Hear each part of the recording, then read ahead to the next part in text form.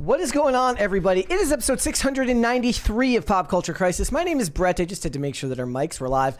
I'm here with my co-host. Would you introduce yourself? Hello, crisis actors. It's Mary. It's been a busy day in the studio. It's been such a busy day. I don't know how it is out there wherever you live, but today it's kind of an overcast, cloudy day, and it feels like finally the fall vibes are upon us, and it makes me want to drive out, get a pumpkin cream cold brew, and listen to the story so far. Okay, that's a funny thing. So the other day, I posted a picture of pumpkin spice Cheerios and said, we've once again let the white women go too far. And I got spammed with everyone's like, you don't even know the half of it. And then they're saying this has been around for years. I'm like, I didn't say this was new. I was just simply posting a picture. People cannot take a joke these days. Last year, I posted the picture of the pumpkin spice Milano cookies, which I think is another sign that we have as a culture. Hold on, I'm turning on the crisis meter, and everything was off. On everything is just insane right now. But the point was, I was like, look, this is funny. Last year, my post was capitalism loves white women. Yeah. Which is true. And I thought it was funny. Why would anyone get mad at that? People can't take a joke. I really riled them up. Oh, yesterday. yeah. Well, you know what? We'll talk about that tomorrow. Yes, you'll have to stay tuned for that one. But we got a bunch of stuff to get into today, guys. But before we get started, would you please hit the like button on this video? Subscribe to this channel if you have not subscribed here yet already. And remember to share these live streams and episodes with your friends, your family, your loved ones, the people you like, the people you don't like, mortal enemies, everyone in between. The more people you share it with, the faster shows like this grow. So thank you so much for that. And remember that all super chats, $20 and over, we will interrupt the discussion. We will read those super chats right then and there, and then you'll watch me struggle to figure out just what the hell we were talking about beforehand, which is always fun as well. So what are we getting into today? Well, last night was one of those nights where it was like a barrage of news kept coming out constantly. It's almost like they're trying to distract us. But what it was Variety was doing live tweeting about Agatha, because they had the premiere for Agatha. And what I learned from reading consistent uploads is that I don't know what the story's about. I don't know who else besides Catherine Hahn is in it. What I do know is that it's gay. Very, very gay, because that's what everybody was talking about. And that's the problem, right? No one cares that it's gay. They care that that is all you're talking about when promoting the film, which just seems, or I'm sorry, the show, the streaming series that will do probably the same numbers that Echo did. So we're going to talk about it, whether this is a smart marketing strategy from Disney, whether it's a bad one. We're like Dora the Explorer. Yeah. We're like, is it a good strategy or a bad strategy? Stay tuned to find out. We pause. What do you think? Yeah. Well, we'll have to wait and see. So not only that, guys, we are going to talk about Diddy, because we asked the question, did he do it? And apparently the FBI thinks that he did. That Diddy did do it, because he was arrested and found in possession of a bunch of baby oil and drugs. So... That's literally what happened. Okay, so he is charged with very, very serious crimes. We are going to get into it. He was indicted today. I know that prosecution does not want him to have bail because he's a flight risk. So we're going to get into all that, but I really just couldn't get past the drugs and baby oil. It's hard to take this shit seriously. So we're going to be talking about that. Also... well, there's this article that was written a couple of years ago, and every so often, if you follow any of the political meme pages, it gets reposted every so often, and it says, people who are obsessed with celebrities are stupider than people that aren't. And we're going to get into it because, look, we have to talk about this stuff every day, and there are definitely days... well, that's why we're so stupid. There are definitely days where I feel my IQ just, not that I was ever very smart to begin with, but it's just, dropping like a very, very far down. Like a DEI piloted plane. Yes. And not your IQ is just plummeting to the earth at record speeds. And you must ask the question, is there a difference between just talking about this stuff or being a stan account for some celebrity online? I think they're different things, but perhaps... or are we coping? Maybe we're coping and we're just really, really dumb. You guys can make the decision. Should we do a poll? Ask them if we're dumb. Are we dumb or coping? Okay, hold on. You talk. I will put up the. Well, the one thing that was inconclusive from this study is, does celebrity worship make people stupid, or do stupid people just naturally gravitate towards celebrity idol worship? And as a result, they had to, do further study, and they studied, what the comorbidities are, people who are prone to other addictions and dysfunctions. And I'm just going to ask the regular question. People who obsess about celebrities are dumber than regular people, yes or no? That's way too easy. Okay. That's way too easy. We need to know, here's what I want to ask them. Does celebrity worship make you stupid, or do stupid people worship celebrities? This is getting more and more complicated, but I hope I'm making myself clear. That's what? Does it make them stupid, or do stupid people worship celebrities? Or both? No, actually, one or the other. Yeah, no cop-outs, but it might be both in reality. Okay, makes you stupid.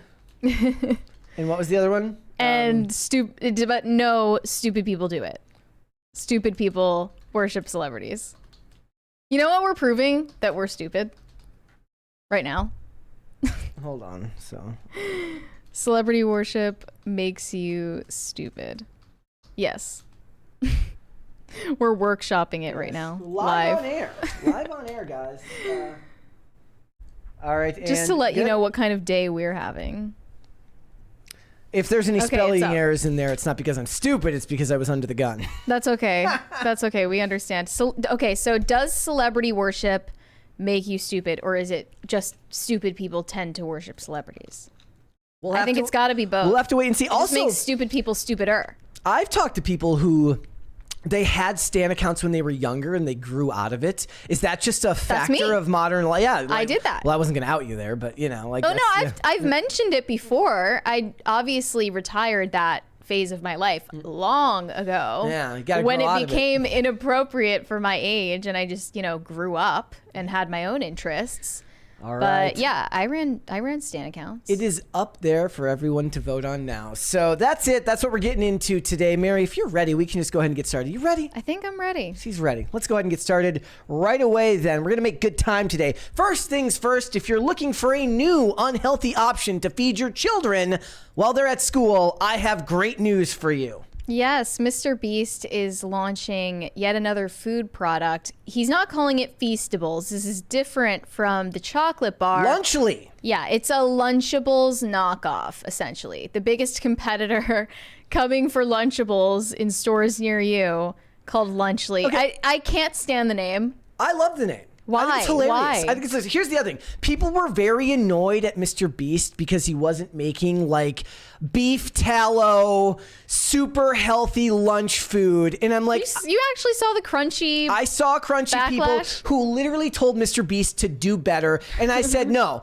if I'm MrBeast, you don't go to MrBeast for healthy food. You go there for processed surface level. You buy it for branding. Yes, right. exactly. You buy it because your little son or daughter is a big fan of MrBeast and watches all of his videos and sees his face on a product and wants it. And I kid you not, yeah, it's the colors too. I kid you not. I saw somebody said, besides, Lunchables are already a thing. I'm like, that's like, oh, I've got a welcome to capitalism. I've got a Ford. Chevys are already a thing. Yeah, okay, like that was the most insane, stupid take I have ever heard.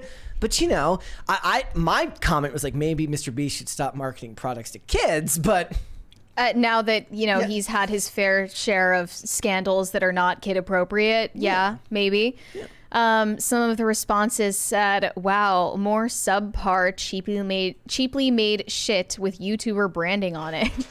Another one said, "This will definitely be less healthy than Lunchables." Whoever thought that Lunchables were healthy? No one ever thought that. I never drank a Prime. I've never drank a Prime. I've never had one of his drinks. It's just the energy drink, right? Yeah, I've never had one.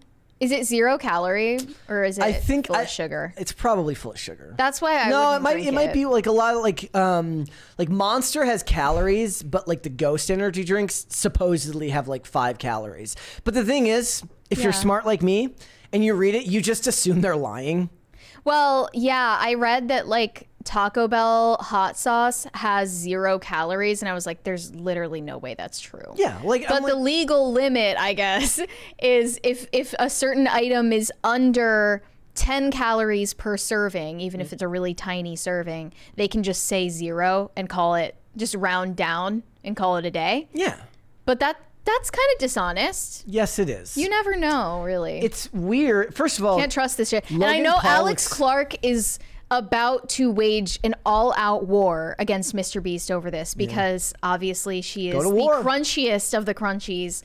And she is extremely outspoken in her opposition to she just launched food, her new podcast, especially for kids. Yeah, well, she has the same podcast. I think she's just rebranding it, so now it's called like she's moving the spillover to become a new show. It's like the Apothecary It's like cultural apothecary, something like that. It's a great name. It's a great name, a bit of a mouthful, but like she's having guests on who want to share some kind of remedy to like a social or physical ailment. Professor Dolt says MrBeast candy van coming soon.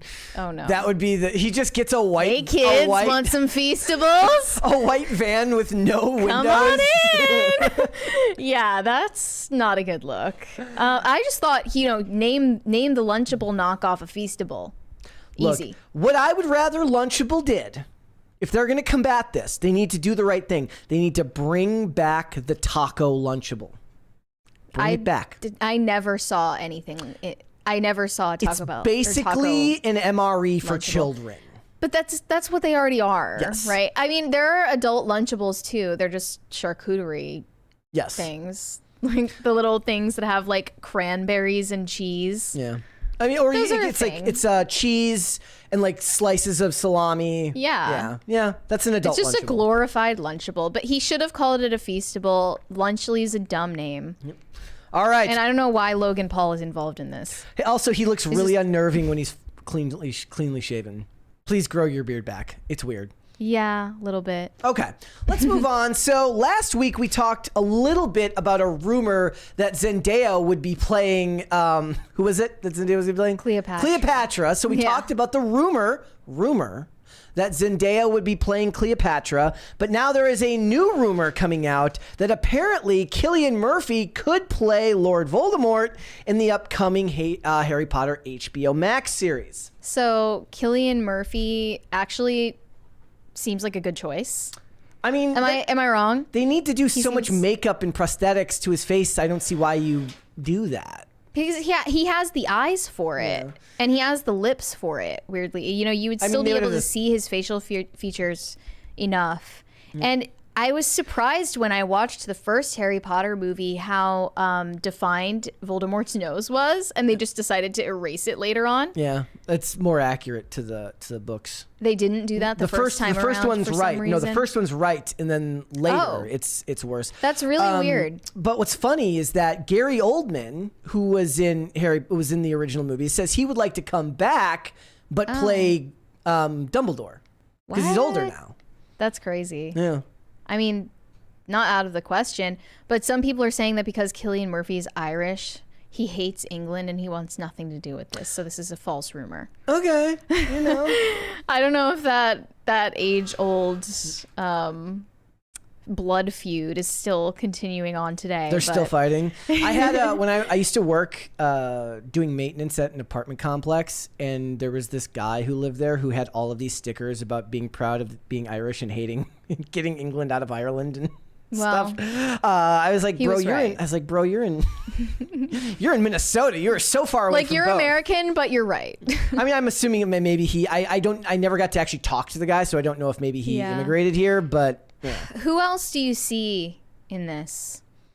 Oh, we would need more time beforehand to do so. I actually don't think the Gary Oldman casting is a horrible idea, but at the same time, there's so many great British actors that are old. You could probably find. You can't bring back Maggie Smith, I guess. She's much older now. But weirdly enough, in every interview, she seems like she's totally with it. Yeah, she's totally there. Yeah, but just you can't really bring back the same cast members from before. It would be kind of fun if we had like the time to do the homework for it, to like fan cast roles.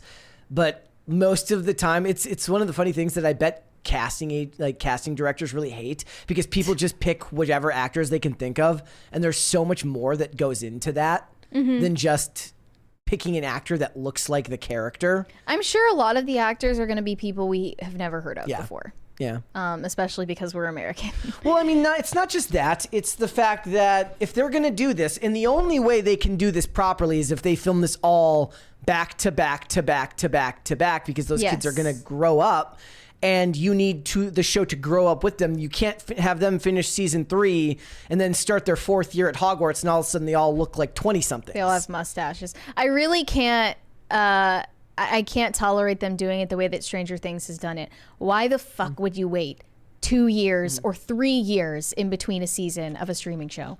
Why? No, it's a big problem. I posted, and I think I ended up it never went through. It's like one of those things where I posted it and then closed Twitter, so it never went through. But it's like the free speech meme, and it's like television seasons should be 22 episodes and 42 minutes long. Okay, and it should be every 9 months. Length aside, I'm fine with it being like anything under 2 years. Just don't wait longer than 2 years between seasons, and then it's fine. I'll tolerate 3 months it. off Fine. between seasons, that's it. That's but your max. I would be fine with it having short seasons if they didn't wait multiple years in between and then make the episodes like an hour and a half long each. It's so self-indulgent. 22 episodes, 42 minutes an episode. And they'll just be like, 3 months between seasons. But COVID and but the strike and this and that person's schedule conflicted with this and that. Like, put it in the contract then. Okay, actually in the chat, it's fair to point out. So maybe I don't actually agree that 22 episodes is the best format. What's better was like the old USA Network format, which was like 12 to 16 episodes. That's okay per too. season, Yeah. but it's every year. You take off, like those were summer shows, so they were off in the winter and filming in the and getting it done through the summer. So the best thing that you could do would be to get like 16 episodes total, still 42-minute runtime, none of this 2 years between seasons. It's nonsense. It's laziness, honestly. It's just pure laziness. How long has it been since the last season of Euphoria came out? I don't like 3 years. 2021, 2022. It's insane. Just call it a day. That's just apparently there was give a thing the other day that's apparently still on schedule to start again in January. That's insane because like nobody wants to watch Euphoria about them when they're in college, or if they're even going to college. I don't know. No one wants to see that. The more realistic version is they don't go to college and they're all working at like a pack and ship and I don't know, like start working at Amazon warehouse and they're selling drugs on the side. Exactly. They're selling drugs out of the pack and ship. That's what they're doing. I don't know how we got to this. All right, let's move on since we're clearly all over the place today. You decided to share something wholesome. Yeah. You're not a wholesome chungus usually. You don't usually like to share the wholesome chungus. Well, even more shocking than the fact that this is a wholesome post is that it has to do with Harry Styles. You want to explain what this is? And I have a special distaste for Harry Styles. But recently, an old man posted a selfie with Harry Styles and said that they got talking out in public. He had no idea who he was. And there were some strange coincidences that happened around how they met. Before we say, this guy's outfit is just That's how they started talking. That guy's outfit is amazing. That's how they got to chatting. So he said, a pop star complimented my fit. Every morning I talk to God and my late mother. It's my daily ritual. When I'm home in Miami Beach, I go to the ocean for these conversations, but here in London with no beaches in sight, I head to one of the many beautiful parks. So there I am strolling through Regent's Park after my conversation with the universe when this guy stops me. Harry Styles said, I like your fit. I reply, thanks, bro. You looking fly too. Then we get to chatting, and suddenly a woman approaches us and asks for a picture. I'm flattered. Clearly, my fit was on point, but she points at my new friend and says, no, I mean with him. So I take 3 photos of them, feeling like I've just been promoted to a photographer. Then a small crowd starts forming, all wanting pictures from this guy. And I'm thinking, okay, who is this dude? And I lean over and whisper, who are you? He grins and says, I'm a singer. Cool. I ask, what's your name? Harry Styles. Now, here's the funny part. I had absolutely no idea who he was. So I did a quick Google search, and not only do I find out he's crazy famous, but he was born on February 1st, the same day as my mother. Talk about a cosmic twist. Moral of the story, stay open to the universe, appreciate every encounter, and always be kind. You never know when you're about to meet a global pop star, even if you don't recognize him. People are saying fake. I don't think it's fake. Seems too sincere to be fake. Do you think a PR company concocted this for Harry Styles to seem like a nice guy? Here's the thing. If that was true, I'm just gonna, because of the day it is, I'm just gonna choose to believe it. I think it was really cool that he found out Harry had the same birthday as his mother. Yeah. Like, I'm gonna choose sometimes to believe synchronicities like that occur. And the outfit is sweet. So obviously that was the first thing I said when I saw it. So it's not out of the realm of possibility that he said it as well. Yeah, I like, he was legitimately looking fly. I also like that he wasn't like embarrassed thinking that they wanted a photo with him. They wanted a photo with Harry Styles. And then he's like, I got upgraded to part-time photographer. But also, like, this is a nice story about Harry Styles because, you know, he didn't feel the need to, you know, let someone know, like, I'm actually, like, really famous. Yeah. Wodenshot just have a normal conversation. Wodenshot says, naive Brett. I said, no, being open to the possibility that it's real is important. And if you still want to have faith in humanity to some extent. Sometimes you just have to do that. I think it's real. Yeah. Maybe I'm stupid. We could be wrong. We could be wrong. Maybe we've... I'm fine with that. Okay. Let me just be fooled by the PR stunt today. All right. Perfect. I choose that. All right. Let's move on. Let's talk about what's going on with Francis Ford Coppola, because this was something that we discussed a couple weeks back when all of these articles were being written about shenanigans going on set for Megalopolis. Well, now it looks like Francis Ford Coppola is suing Variety for $15 million. They call him Francis Ford Gropola, I hear. I think only we called him that. Well, Variety got into a publishing war with The Hollywood Reporter, if I recall correctly, or was it Deadline? It was. I think it was Deadline and Variety and Deadline, because they're owned by the same company. Yes, and we were like, why are these two like publications, which are owned by the same conglomerate, fighting? They got into a publishing war. One of them refuting all of the claims that Francis Ford Coppola was groping and kissing women on set, and Variety continuing to insist that the allegations are credible. Yeah. But now he's suing Variety for libel. He said Variety knew the allegations against him were false and were made to, quote, harm his reputation and cause him severe emotional distress. He's now seeking no less than $15 million in damages and a jury trial, stating that harm has been caused. Yeah. Nothing in my 60-plus year career can equal the painstakingly difficult yet artistically triumphant journey of bringing Megalopolis to the screen. It was a collaboration of hundreds of artists, from extras to box office stars, to whom I consistently displayed the utmost respect and deepest gratitude. To our collective to see our collective efforts tainted by false, reckless, and irresponsible reporting is devastating. No publication, especially a legacy industry outlet, should be enabled to use surreptitious video and unnamed sources in pursuit of their own financial gain. You know what I think is funny about this? I was just thinking about this the other day.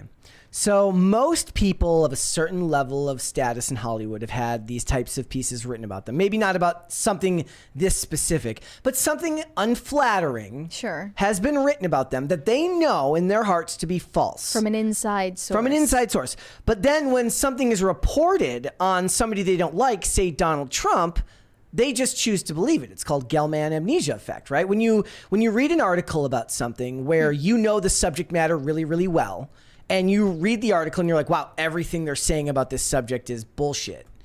But then you get done with the article and you move on to the article right below it and you just take it for whatever they say is true because you don't know anything about the subject matter. I have not read about this before. The Gell-Mann amnesia effect is what you called it? Yes, that's what it's called. Individuals tend to forget the unreliability of a source when reading about a topic they're familiar with. Yeah. while still trusting the same source for information on other topics. You give them the benefit of the doubt when you don't know about it, but when it's something you know well, you're like, wow, this is bullshit. Why would they be any more honest about something you don't know? Right. Right? Well, okay. I don't know if I believe either side here. Yeah. I think it's probably a mix of the truth. There's Variety's side and Cope-ola's side, and somewhere in between there is the truth. Because we saw him on video doing this, and, you know, it's probably inappropriate. And the fact that the HR and intimacy coordinators happened to not be on set that day is conspicuous. He comes from a different time, though, and I think legitimately that could be a real defense of his behavior. He comes from an entirely different culture. Yeah. Yep, really? Different time. Different planet. I saw something else about this the other day, and I had no way to work this in the show, but I thought I'd bring this up here. Did you see that they were working to include AI in the film so that audience members could ask Adam Driver's character questions during the movie and he would respond? That's so creepy. Like, what I love about this, what I love about this is, like, it's a big FU to theaters on the way out. Like, I'm gonna ruin your last movie going experience. It's an FU to SAG, really. Like, well, just like imagine you're like, there's like 5 likes in a row. I apologize. You're like making movies for the theater and you want the experience to be good, and everybody's complaining these days about everybody's on their phones, nobody's paying attention. You bring your crying baby to Deadpool and Wolverine, wondering why you're watching Wade Wilson cut up a bunch of people with your child there who shouldn't be there. And he's like, you know what? I'm going to make it even worse. I want people to actually talk to the screen during the movie and interrupt the whole flow of the discussion. Well, I thought that would mean, you know, if you're watching it at home once it's on streaming and you're not yelling over each other. I would prefer it happened in the theaters. It would be way funnier that way. But then how is AI robot Adam Driver going to understand what anyone's saying? Francis Ford Coppola wanted voice recognition software to let audience members ask Adam Driver's character a question during theatrical showings of Megalopolis, according to The Telegraph. The software would trigger the theater's projector to play a clip of the most relevant response from Driver. Okay. Look, that would be hilarious. That'd be hilarious. Should we review Megalopolis? Probably. This never made it into the movie. No. This it got scrapped by Amazon in 2022. They just couldn't afford it. Got it. Yeah. Well, I don't know. I'm not really interested in the synopsis of the movie, but it might be interesting. It has an eclectic cast and could be fun. Seems like he's really excited about it for some reason, so we should review it. Let us know in the chat if you want to see us review Megalopolis. 1 for review, 2 for don't. Yeah, we're thinking of posting a review for The Killer's Game. Yeah, later this week. We'll post it on Friday. Yep. Yeah. All right, let's move on. It's time to talk about what the hell a Chappell Roan is again. Chappell Roan is just on a nonstop tirade of bad press. She cannot stop putting her foot in her mouth over and over again, and Brett is kind of here for it. He kind of stands. I'm not gonna lie. Yeah. You might be too embarrassed to admit it. No, I'm kind of like, she's too interesting to me for me to dismiss outright. She just keeps saying shit that makes her look bad. First off, in an interview with The Face magazine, she talked about her relationship with Fame, and the quote is, "I feel like Fame is just abusive. The vibe of this, stalking, talking shit online, people who won't leave you alone, yelling at you in public. It's the vibe of an abusive ex-husband." Okay, I want to stop before we keep going on. Yelling at you in public, stalking, sounds more like an abusive ex-wife to me, but maybe I'm wrong. So she says, it's the vibe of an abusive ex-husband. That's what it feels like. I didn't know it would feel this bad. What it is she's mastered the art of the try-hard, of the I'm not like most pop stars. Is it that? Yes. I feel like Charlie XCX also kind of does a persona of that sort, where she's like, I'm kind of the outcast here. Yeah, but she looks more like what a traditional pop star would look like, whereas Chappell Roan does not. Right. She fits the image more. Somebody mentioned, is she the new Bjork? Kind of. in a way. Definitely not musically speaking, but in her look, her brand, her public image. Yeah, I mean, getting into fights with paparazzi.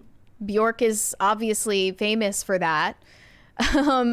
Another moment that I saw recently, Chappell Roan said, "People in my hometown call gay people clowns. That's why I actually wear whiteface. Like, bitch, I'll show you a clown." Oh, what does that mean? I don't even know what that means. What does that mean? It's kind of frustrating because she brands herself off of this Midwest princess thing. I grew up in a trailer park. I grew up in Trump country, and I had an artistic awakening, and now I'm a drag queen. But I don't like this whole, putting your hometown down publicly as soon as you get famous thing. I mean, that's pretty commonplace for Hollywood. For, it's Jennifer Lawrence, like, my stupid parents. Right, but then set yourself apart. Yep. That's what she's trying to do, right? Yep. I'm not like the other pop stars. But it's not. Here's some more comments from this same interview with The Face. She tells this magazine she is happy with her record deal in a very colorful way. "I probably have one of the best deals ever in modern music because I was like, F you guys, give me what I want, or I'm going to do this myself. And now I can be like, look at the numbers, bitch." What she's proving is that the gender wage gap is a lie. And what you actually need to do to get ahead in Hollywood is to stand by your work and just walk away if you don't think you're being offered enough money. Yeah, I mean, she kind of proves the point that, you can defeat the gender wage gap if you merely negotiate for yourself and assert your worth. Yeah. Sometimes it won't work out, but sometimes it will. It is utterly delusional to think that she would have been able to do these numbers and reach that level of success on her own that quick, or not quickly, but in that short of an order. Right. Between the time when she was offered a contract and where she is now, the idea that she would be in the same place now if she took another route is bonkers. People seem to forget that Chappell Roan is not just some teeny bopper that just started out. She's 26 years old and she has been doing music for many, many years. Yes. And only recently just got her breakout hits, right? Mm-hmm. And now that it's finally happened, she's like, "Oh, I bit off more than I could chew. Like, this is really not what I had in mind when I was dreaming about being famous." Because obviously, it comes with some drawbacks. She is the definition of the annoying toddler, what did you say yesterday? What is it, little girl? Is it snarky comment or long, sullen silence from Deadpool? What is it about her that you find so endearing? I can't. There's an authenticity to it that I can't put a finger on. It's just funny to me. It was the talk about how she still has friends that are Republicans, but then everything she says is to the contrary. And she's constantly complaining, but it's at least endearing in a funny way to me. It's not boring. Well, a lot of people are saying Chappell Roan is proof that they don't media train celebrities anymore. She really needs to be media trained so she stops making herself look bad. But I think that might would go against be why her brand. Exactly. It wouldn't make any sense for her to do that. If she started saying "Oh, I'm so glad I'm here. I'm so lucky to have what I have, and I just love all of you so much. Thank you so much." It would feel inauthentic. Now, what she's doing is still inauthentic because it's still a character. It's still a show. She has the TikTok mannerisms. Yes, for sure. Yeah, but I think, that does actually make her more relatable to the normie audience because she doesn't come off as robotic. She doesn't have a training for years like Sabrina Carpenter, a former Disney kid. She doesn't come off like she knows what she's doing. And that is actually what I think you find endearing about her. She's just not polished. Maybe a few years down the line, she's going to learn how to conduct herself better and you're going to kind of lose that charm. What's funny about it is if she was doing it on her own and she was infinitely less successful, it would be less interesting to me because she would be just another unpolished indie artist who felt that their lack of success was a character trait.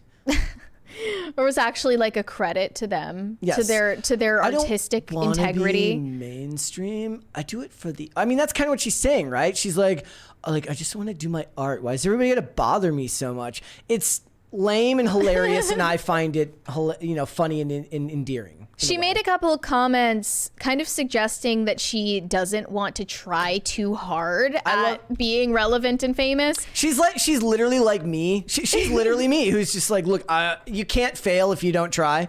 So she goes, I'm kind of hoping I don't win a Grammy, because then everyone will get off my ass. See, guys, we did it and we didn't win. Bye. I won't have to do this again. Like, she's whining like a preteen, and I kind of find it hilarious. Jeez. Someone responded, I think we just need to stop asking Chappell Roan questions for a little bit. Yeah. That would be helpful. See, that's the thing, though. The media will love this. They'll want to ask more. They love someone who just does word vomit every time they're asked a question. And also another comment from her recent Rolling Stone interview where they asked her if she had plans to make a music video for one of her biggest hits, which is Good Luck Babe. She says she's just too exhausted to deal with all that. She said, I'm too tired. It's a hit without a video. I have a top 10 hit with a lyric video. She's like, it's like cooler to not make a music video. Here's the thing. For my most popular song. This was some choice that had to be made on high. She doesn't have a say in this, I'm guessing. Like, I don't know. She has a great record deal. If the label wants a music video, they get a music video. She says that she has a really good deal. So I don't know. Another one said she was literally catapulted into mega superstardom within the span of 2 to 4 months. I don't blame her. I'd be tired too, especially because she's still on tour right now. Interestingly, though, her own fans were pissed at her because she skipped a tour date to perform at the VMAs. Oh, shit, they just canceled one? And it's like, who wouldn't do that? Who wouldn't skip a tour date to perform at the VMAs? Like, that's a huge moment for your career. Yeah. Yeah. It's a big deal. But at the same time, wouldn't it be more on her brand to be like, I don't need the freaking VMAs? Right. She's so confusing. I don't understand. Maybe that's what's funny. Her. It's not boring. Like, you can't predict what her next comment is going to be entirely. She's like, F my fans, but also F the industry. But also, I love the industry and my fans. She should do... And my craft. She should do ads for, like, Prozac. Oh. She should do mood stabilizer ads. I mean, she would sell... Big Pharma should get on the train right now. Get on the Chappell Roan train. She would sell an eyeshadow palette like crazy. That's what she... Like, her next album can be Prozac and eyeshadow. And she can have that dual sponsored by her own makeup brand and, I really like her look. Moderna. I don't like the whole drag thing that she tends to do, but... I do think it's interesting to finally have someone with a unique look in the pop industry, because they all look like they have Instagram face with the lip injections. She's someone who looks like she hasn't gotten work done. I don't know if she has or hasn't, but she looks like she's not gotten any work done, which is refreshing. It's also intellectually fascinating to me to see where pushing back against the system goes in a country that lives as comfortably as America does. It's like, what are you rebelling against? She's rebelling against the Biden White House. See, that was interesting. Yeah. That was interesting. Like, if you're rebelling and you're a 26-year-old white woman in America, what are you actually rebelling against? Like... There's a genocide in Gaza. That's honestly where it goes for a lot of people. At least it seems like a lot of celebrity women, right? Like, there was a story... about Pharrell, who we just talked about the other day, saying, like, look, I think it's stupid when celebrities talk about politics. Yeah. Vote for who you want to vote for. Men seem to be kind of checking out from that. They don't want to fight the system. They just want to do their job and keep going. Whereas women are like, not only do they want to do their job, they want to then word vomit a bunch of bullying beliefs about what you should think and tell you because they think they're helping people. That's how they push back against the system, ironically being promoted and perpetuated by the very system they're employed by. Yes, well said. It's fascinating. And... Well, there are some who really don't do that. No, I'm saying, but it seems that the net number of people that are doing it are women. Look, we just saw Billie Eilish post a video with her brother Phineas for voter registration day. And it was the worst thing ever. It was literally like she was reading a hostage note. She's like, hello, The dangerous Project 2025 agenda. It is true that this year, democracy is on the ballot. Yeah. So is decency. Please and push our back. Reproductive rights. See, my dear Scream says Brett gradually realizing the truth about women. There's plenty of male celebrities that do stupid shit like this too. Oh, should we just go down the list? No, but my point Stern, is Mark Ruffalo, Mark Hamill, John Leguizamo. Who else? Rainn Wilson. But it could be just because reproductive rights is such a big talking point this election cycle that it just seems like if you're from a corporate perspective, it's easier to engage women with causes because women are sublimating maternal instinct into third-party causes that have nothing to do with them because they're not having kids, they're on antidepressants, nothing's working out in their favor because the world is going to end because of climate change and all of these things. But it's funny because we're talking about somebody who's talking about pushing back against the system while being part of the system, as they all are. Yeah. All right. See? Interesting. Not boring. It's better. Like her. Chappell Roan. Well, yeah, she's interesting in spite of herself. If you're going to be annoying, I would rather you be annoying in an interesting way rather than a boring way. I can get on board with that. Yeah. All right. What would you like to see? Cringe or cute of the day? Let's look at cute first. Okay. All right. Cute of the day. We got, and thank you guys. A bunch of people have submitted cutes of the day, so that's fantastic. Thank you. We're catching up on some of these old ones here. This one is from Derek. He says, "You've met Mr. Feeney." Yes, he's named after William Daniels' character on Boy Meets World. Here's his older sister Lucy, looking super floofy. She's named after Lucille Ball. Love it. Just that is potato. Adorable. Fluffy potato. I'm going to let you know, last night, guys, I posted a picture. I asked ChatGPT, I posted a picture of Mocha and a picture of Chloe. And I said, which of these cats is cuter? You must choose. Chose Chloe. Sorry, Mocha. Did you try multiple times? Yes. And I also I described both cats and asked it to, it's like, the world is ending. You can only take one with you. Which one do you take? It's Chloe. Chloe. Yeah. Even robots know. Even robots know. Too bad. All right, we got a couple more here. This one's from Cookie Don. Says, Cocoa in the shade of a palm. That's so relaxing. Yes. Almost blends in, though. Very cute. So he just heard something funny. Very Love good. it. Let's do one more. Love an orange cat. And this one from Spastic Fugliness is the name of the account. Thank you. Oh, it's from Tom Thumb, who we were talking about the other day. Hi, Tom. Says, Rusty Knuckles does not approve. That's his name? He looks like he doesn't approve. Rusty Knuckles? Yeah. I kind of love that. I love it. All right. All right, let's do the cringe of the day, ladies and gentlemen. Here we go. This one's bad. This one, hold on, let me get rid of this here and go. Speaking of here. Pharrell. Yeah. No, actually, speaking of the Minecraft movie. Here we go. Oh no, Steve did pee-pee. Yay, Steve loves pee-pee. Woo! Pee-pee. Thumbs up for pee-pee. Oh no, Steve did pee-pee. Yay. I don't want to know what they're using for the liquid there. Because that's not pee, right? Like, please tell me. If your pee is that color, you haven't drank water in 10 years. You have a disease. You are sick. Yeah. Hey, Steve I don't know what that is. Pee-pee. Woo! Pee-pee.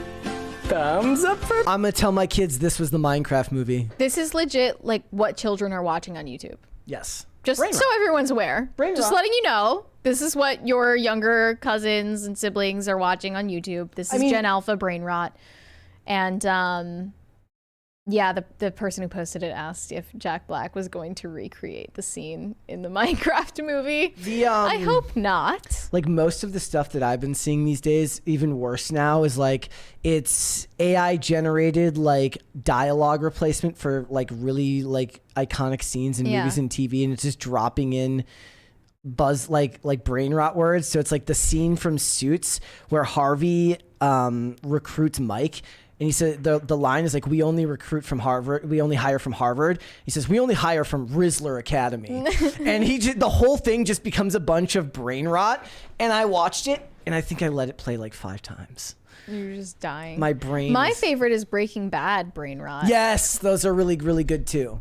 You need somebody who has like iconic delivery to make it more funny. Actually, now I want to hear Rick Grimes in Walking Dead brain rot That would with be the good. accent. Yeah, we gotta do that. Riz. All right, let's move on from that. We need Riz to survive in this world. Well, zombie Riz is a bad thing. Zombie Riz. Zombie Skibbity Riz. Let's get started then, shall we? Yes. Marvel is promoting their next upcoming series, Agatha All Along. It's had like 5 different titles. It's really hard to keep track of what it's called, what it's about, but they just let us know. They clarified for everyone that what it's about doesn't matter. The plot doesn't matter. It's their gayest project ever released to date, and that's why you should watch it. It's just gay, gay, gay, gay, gay. And it's not even Pride Month. They're going the exact same marketing route as The Acolyte. I think you'll recall Leslie Headland and Amanda Stenberg saying that The Acolyte is the gayest Star Wars ever made as a selling point. The problem instead is that of talking about, the story. Agatha went viral like 2 years ago from the song Agatha All Along. Yeah. Bro, do you know how long 2 years is in internet time where this went viral? Yeah. You might as well have been 7 controversies ago. But This the is a lifetime. strike, but the strike, Brett. Yeah. They needed extra time. This is the comment from Jack Schaefer, who has confirmed that the series Agatha All Along is openly queer. This is the quote. It says, "There is an enormous overlap between the history and persecution of witches and that of the LGBTQ community. Just as that there's a lot of intersection between the queer community and the horror genre, so it was a very natural fit for there to be queer representation in the show." What I wanted somebody to do, so we've got like 7 interviews of people where they keep asking this question. We need somebody to cut together a thing where a guy goes like, "So what's the story?" And it cuts to one person talking about this. Who's the best character? And it cuts to something about this. So everyone in this 7-person ensemble cast is a woman except for one gay man. Here's the screenshot that I made last night if you're looking for like a list of the quotes that have nothing to do with the show and everything to do with the representation. Aubrey Plaza talks about her chemistry with Catherine Hahn in the show, saying it will be a gay explosion at the end. Yep. Catherine Hahn herself says she reacts to Agatha All Along being called the gayest Marvel project to date, saying, "What's the most exciting thing about it is that it's not exactly what it's about. It's so normalized." I mean, that could be... I don't know what that means. What she's saying is that it's not portrayed as special or unique in that respect, which could be a good thing. Like if they're not like coming out and focusing on it the whole time in the show, saying like, "Hey, look at that character, they're LGBTQ," and it's just a fact of the show. But then that's how it should have been. Some massive benefit of the doubt here. You know me, I like to give them the benefit of the doubt. But Sarah Halley Finn talks about casting Joe Locke in the show and wanting someone queer to play that specific role. Quote, "We did want to cast that role authentically. Joe did an incredible audition." And then Sashir Zamata talks about representation in Agatha All Along, obviously the most important factor. Quotes, "Witches are queer inherently just because we are outcasts and set aside for so many reasons." I actually took it. This was like very, very different for me to actually take the time to respond to that. Like I don't usually post about stuff like this on Twitter, but I responded to this last night and I said, look, it was well understood by the majority of the population for a long time that feeling like an outcast is pretty much a universal human trait. Everyone feels like an outcast at some time or another. And to turn it into some type of identity, politics-laden story, not my... Eat the cat, eat the cat. They're eating the dogs, they're eating the cats. Eat the cat, eat the cat. Thank you, guys. We have tonal issues. I actually kind of hate the idea that feeling like an outcast now has something to do with your sexual orientation or your gender identity. Because 20 years ago, you know what they would do? They would call that being a teenager. Yeah. Or hitting puberty, or any number of things. Being an adult who doesn't play, your friends like sports and you don't. There's a million things that can make you feel like an outcast. Not any of that has to do implicit or explicitly with your sexuality or your gender identity or any of that stuff. You're actually limiting your reach by saying that. But here's the thing. Nothing you say as a straight cis white male actually matters. Yeah, because there is a critical race theory or gender ideology explanation for every single situation you could possibly bring up where you may have felt like an outcast. Yeah. You felt like an outcast on the playground because of the patriarchal hierarchy that was being... I guess for me, it would be like the average height for an American male is 5'9". As somebody who's only 5'5", I feel like an outcast most places I go because I'm not as tall as everyone. Where's my award? Well, that's actually patriarchal. So okay. you're gonna need to go back and learn and listen and grow grow and do better. Before you try to pretend that there are universal experiences between human beings. That's not a thing. Here's the thing. I will give them a little bit more credit and a little bit more context. These weren't the only interview clips that came out. They talked about other aspects of the show, but these were the ones that got the most traction. They're the most interesting. They know what sells. The most interesting of any of this was the costume designer talked about like handcrafting all of the costumes themselves or whatever. And I thought that like focus on that. Like, what's the story other than the fact that the story has something that's implicitly LGBTQ in the undertones? You need to grab more of the audience. And as we've learned with a lot of these shows, they do not realize that this doesn't sell. Oh my. One of the interviews, Ali An would want Chappell Roan to be in the second season of Agatha. That's great. And that's not it. We have another statement. Okay, wait. There's another one. Ali An says diversity in Agatha All Along. The point of it is not diversity, actually. It's just the world. I mean, that's whatever. They're like halfway to a good idea there. Wait, here. I'm going to send you the link to that clip, and we're going to really listen carefully and try to understand what the hell that means. Because I don't know. Also, genuinely don't know. Season 2 is a bit presumptuous. Yeah, especially after what just happened with the Acolyte. People of color, look at that poster right there. I mean, that's diversity. It's and I also think, and what's cool is it's the point of it is not that actually. It's just the world, it's not like a whole storyline about, you know what I mean? It's just, she's making a point that actually should resonate with people. She's just not making it very well. What she's saying is that it comes naturally in the story. And this is something that people who push back on this stuff say all the time. They're like, if it's natural, it's fine. She's just actually like halfway to a good point without actually finding the words for it. I can empathize. Well, because these people are kind of dumb. But here's what undoes it, Mary. Here's what undoes it. Because then you get articles like this. This is what Marvel's looking for. This is what the Marvel fans want, ladies and gentlemen. Because Cinema Blend pointed out to Catherine Hahn, she is the first person to say, do we want to say this? You say it. Catherine Hahn is the first person to say, eat my ass on Disney+. These are the little things that Marvel fans are looking for, guys. They don't want cool fight scenes. They don't want to hear about your superpowers. They want to hear about tossing salad in their Marvel shows. They figured it out, ladies and gentlemen. I can already see the money truck backing up. Yes. True Marvel fans. The true Marvel fans want bisexual lighting, witchcraft, and tossed salad. That's what they want. That's exactly it. And if you disagree, I'm sorry, you were never, no true Scotsman, you were never a true Marvel fan, and you're a bigot. Yeah. So I think you're just going to have to go to the re-education camp. Yeah. But like, why? Why is that? It's just, I don't know. It's not even the vulgarity of it. It's honestly just, it's like outdated vulgarity.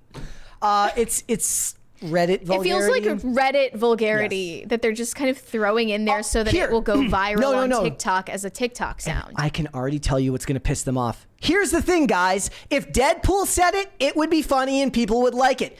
When she says it, they won't find it funny. No one will like it. It's misogyny. Just like when Deadpool dances while murdering a bunch of people in Deadpool and Wolverine, and people love it. And then when She-Hulk twerks and everybody says it's lame, life isn't fair. One is funny, one isn't. I don't make the rules. Society makes the rules. Yeah. Catherine Hahn said right now is when the confetti should fall. I don't know why it's not. This is up there for me. Just a slight correction. It's "Eat my ass, Chief." That's what the quote is. Okay. Not that lightens it, but it's more specific. So you can get excited for that line. I personally, I can't wait. We're not reviewing this. I can't wait. I'm gonna love. That needs to be said. I've had enough of lesbian space witches. So if we're downgrading to just lesbian witches, there could be a fantastic crossover in the works if only The Acolyte hadn't cost $180 million. Shucks. Oh, shucks. All right. Look, I'm interested. Chat, does anybody in the chat have an interest in seeing this show? Again, is Elizabeth Olsen in it at all? I think somebody said that there could be a cameo. I'm not sure if she ends up in the show. But I do want to know does the show have a chance of doing good? Because Echo did not do the numbers that they wanted it to do. And in the song that made this show viral was 2 years ago now.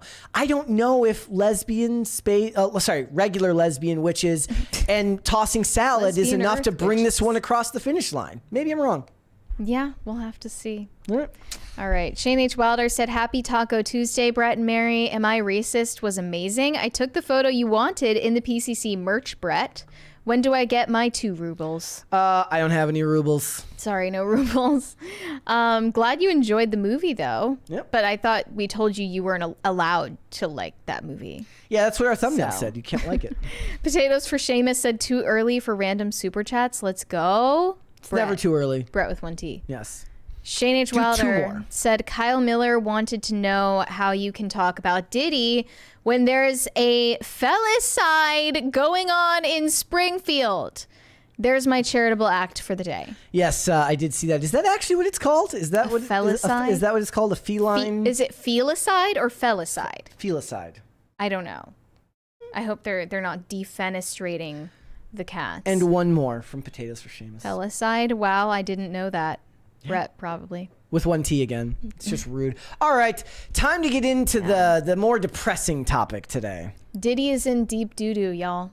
He is in big trouble because last night he got arrested on charges of sex trafficking, racketeering, and kidnapping. And now he is still in the custody of police in Florida. And it's not looking good for him. TMZ reports that according to the indictment from 2008 to present day, members of Sean Combs' enterprise allegedly engaged in trafficking, forced labor, interstate transportation for purposes of prostitution, coercion and enticement to engage in prostitution, narcotics offenses, kidnapping, arson, bribery, and obstruction of justice. Wow. That's a long ass list. And the bribery and obstruction of justice part, I would presume, is referring to actions that took place after the investigation of Diddy began. No, I bet you it goes before that. Would probably be contacting alleged victims in order to bribe them into silence or intimidate them into silence. I'm thinking more bribing hotels for security camera footage of him or deleting footage and stuff like that. I bet you he's got so much dirt on so many people. Yeah. I'm just going to say it right now before it's too late. Diddy didn't end himself. Yeah. Diddy didn't unalive himself. That didn't happen. The prosecution wanted no bail because he's a flight risk. He's got millions and millions of dollars, private jets. If anybody's a flight risk, it's him. U.S. Attorney Damian Williams says he should not be allowed out on bail. He says that Diddy is a flight risk and is also a danger to society as he has allegedly resorted to violence against multiple victims. Prosecutors point to the fact that Diddy, if convicted, is facing a mandatory minimum sentence of 15 years and statutory maximum sentence of life in prison as motive enough for him to potentially flee. I don't know if this is still currently true, but you said that Ron DeSantis did not want to forward Ryan Routh to Feds, the FBI, yeah. and you think that that's related to the Fed's decision to raid Diddy at the time that they did? No, look. So originally the raid on Diddy's house was scheduled for Tuesday, and they moved it up, and they said because they needed to. I wonder They why. did not specify a reason? Why? Yeah, they did not say why.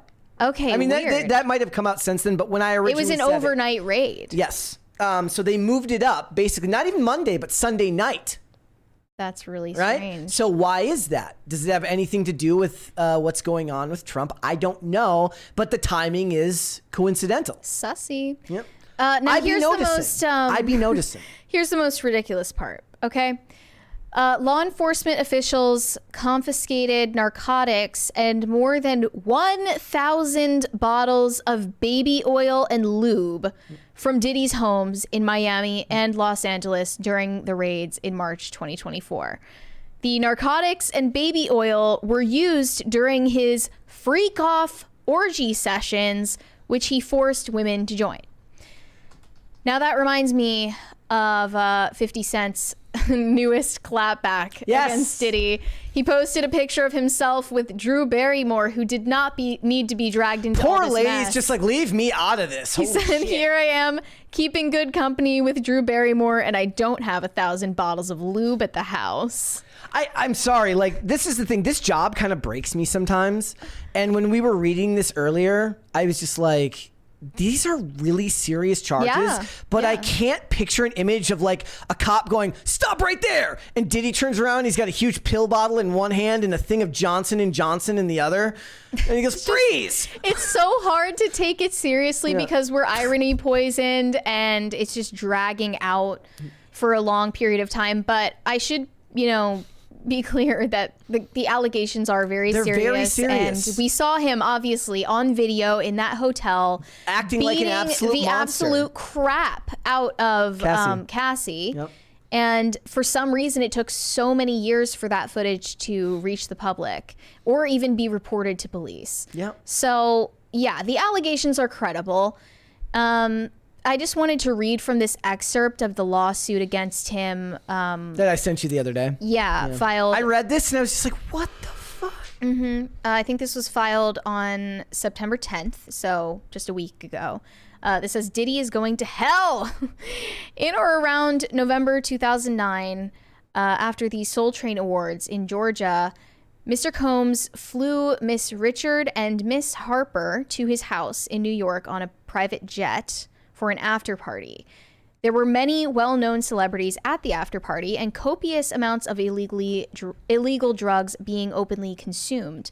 Upon information and belief, Mr. Combs had arranged for dozens of young women and girls, some of whom appeared to be underage, to be transported to the party. The women arrived wearing little to no clothing and were given drugs and alcohol. Many appeared lethargic or passed out while Combs and his guests performed sexual acts on them. Miss Richard believed that her presence at the party was a test to see whether Mr. Combs could trust her. Mr. Combs repeatedly said things like, "This is a buffet. Enjoy yourselves. This is what we do. This is how we party." Miss Richard felt shocked and horrified at the sight of Mr. Combs and his guests violating incapacitated young women and implored Mr. Combs' personal assistant, Capricorn Clark, to allow her to leave. Clark insisted that Miss Richard wait 15 minutes for her to, quote, make it make sense. That is, to make her exit less conspicuous so that Combs would not notice that she had left. Knowing that she was not free to leave and had to wait to have his assistant orchestrate her departure, Miss Richard experienced feelings of panic and being trapped against her will. This is exactly the type of behavior that we can credibly believe Epstein was doing on politicians and A-list celebrities as well, but just on a smaller scale, I believe. Like, less money backing it. less power involved, but definitely the same type of thing. He seemed to have been running just a straight up blackmail ring. Yeah. And that's, unfortunately, that blackmail that he has is going to play a huge role in what type of deal he gets and how he's treated. I saw somebody in the chat earlier mention he's a small fish. Yeah, I mean, honestly, yes. The idea is, as it always gets, every movie you've ever seen, as evil as this guy seems, just wait till you get to the politicians that never end up getting revealed in these types of things. We're still waiting for that Epstein client list any day now. Yep. Any day. Tap my watch. Every day I wake up and I eagerly look online to see if they have published that, but apparently not. Yeah, So- guess we're not entitled for that information. Now, I do want to point out, because I've seen a couple of people mention it. Yeah. Beware the word credible when somebody says credibly accused. okay, when right? someone is on video Yes. beating Yes. the shit out of the woman who accused him of doing exactly that, yeah, I would say It's hard credible. for people to give anyone the benefit of the doubt after the video from the hotel that was shown online. Yes, Yep. and I mean, I wouldn't call myself the expert, but the amount that I read from Rodney Jones's lawsuit against him, it sounds like he has a lot of corrupt friends in high places, and this is par for the course in the entertainment industry in general. But yeah, I personally, I find this believable. Yes. Now, at this point, Diddy's attorney has made a statement and gave it to TMZ, saying, "We're disappointed with the decision to pursue what we believe is an unjust prosecution of Mr. Combs by the U.S. Attorney's Office. Sean Combs is a music icon, self-made entrepreneur, loving family man, and proven philanthropist who has spent the last 30 years building an empire, adoring his children, and working to uplift the Black community." Okay, now you're going to play the race card at the end there? Yeah. The fuck is that? This is just a terrible. Again, it's hard to look Damage at control. it's hard for anyone with half a brain to look at the video of what he did to Cassie and see loving family man. Yeah, we're not gonna like replay it, but it's everywhere. You can find it for yourself. Not I mean, and it's funny, right? Because he denied everything until the video came out, and then he was like, "I'm sorry, I had to do a lot of therapy and like work out my like shadows." Every celebrity thinks that everything's okay as long as you get therapy afterwards. Right. He's literally like, you know, like, you should still support me because even though I beat the shit out of my girlfriend back then, I'm totally different now because I went to therapy. Also, plenty of the artists who have worked for Bad Boy would disagree with the part about uplifting the Black community, because he kept a lot of royalties and a lot of artists lost out on a lot of money because of his business dealings. And that's not even to Just speak ask of Mace. the speculation about Diddy's alleged involvement in Tupac's death. Again, is that going to be the October surprise? Is it gonna be? I'm waiting. I have no idea. So we'll have to wait and see. Again, these types of stories make you question just how sane you are when you cover this stuff every day, because it's extremely hard to remain super serious all the time when you read headlines like "caught with drugs and lube," and then you have to realize that the allegations against him are absolutely horrific. So it's a little bit difficult. This reminds me of that old tweet that was like, "I'm in my 50s, so all celebrity gossip news looks like curtains for Zusha, K-Smog, and Bat Boy caught flipping a grunt." Like, that's where we're at right now. But yeah, we'll cover any of the updates if something happens in the meantime. But for now, that's all we know. Yep. All right. Let's go Super Chats. Corey Anderson said the story so far is named after a Newfound Glory song. All Time Low is named after a Newfound Glory lyric. The more you know. Okay. I knew that about All Time Low. I did not know that about the story so far. But ironically, I listened to All Time Low and the story so far and not Newfound Glory. I really don't care for Newfound Glory. I actually don't mind Newfound Glory. It's a not my genre. generational It's a thing. generational thing. So Newfound Glory used to be in a lot of skate videos back in the day. So Yeah. it's a generational thing. Yeah. Corey Anderson said, "I strongly despise gay culture. I don't think Mary will be afraid to be clipped saying that." Well, yeah, just, keep statements like that coming. I'm perfectly willing to read them out loud. Whereas I'm just over here like, I don't care, but you guys want to make money, right? Like, you've only got so much money in your budget. Like, find marketing that brings everyone in a unique way. You can't keep marketing to such a small section of the audience and expect that to translate to numbers on screen, because it didn't work for the Acolyte. They don't want to bring everyone in. And even the Acolyte didn't seem to want to do that. It just felt like sometimes these like news reporters hate them and feed them questions that they know everyone will like to dunk on them for. I don't even know if it's malicious or it's just, you know, those interviewers know what's going to get their publication the most clicks. Yeah, it's all self-serving. Yeah, it's about money too for them. Greg Duvier said, put another girl on. Let's go. Well, thank you. We're getting there. Let's get our chat brain rot is like Let's- a different lexicon. Let's get to a second crisis party and we'll revisit that request. Potatoes for Seamus said, let's face it, all the news is a psyop for Comrade Mary's socialism takeover plot for the shopping carts of the world. Hide yo Bretts, watch yo Brents. I have no idea what that means. I don't know what that means either. But I'm not saying I don't have plans to take over the world. I'm just saying that it wouldn't be socialism. Let's do one more here. Olag. I can't do this shit, man. Okay, I'm just leaving it at that. Definitely lost at least 15 IQ points when I got my Paramore tattoo, and it has aged like milk. Okay. Damn, I'm sorry that happened to you. Yeah. I mean, you could have gotten a much worse tattoo than that. Yeah, though. you could have gotten one of those guys who has like an A24 tattoo. Yeah, I mean, like, it depends what it is. If you just got like Riot tattooed all over your arm, maybe that wouldn't be the move. They're gonna have to support. I'm like crashing today. You're crashing out. I'm crashing out. Let's move on. We got more to discuss. Speaking of celebrity obsession, which we just heard from that super chat, let's get into this whole article. Well, you guys already know that I believe the science every single time, especially when science agrees with me. And in this situation, a study found that celebrity-obsessed people are less intelligent. Huh? Who could have guessed that? This says, obsessed with Kim Kardashian's ass, can't get enough of Bennifer.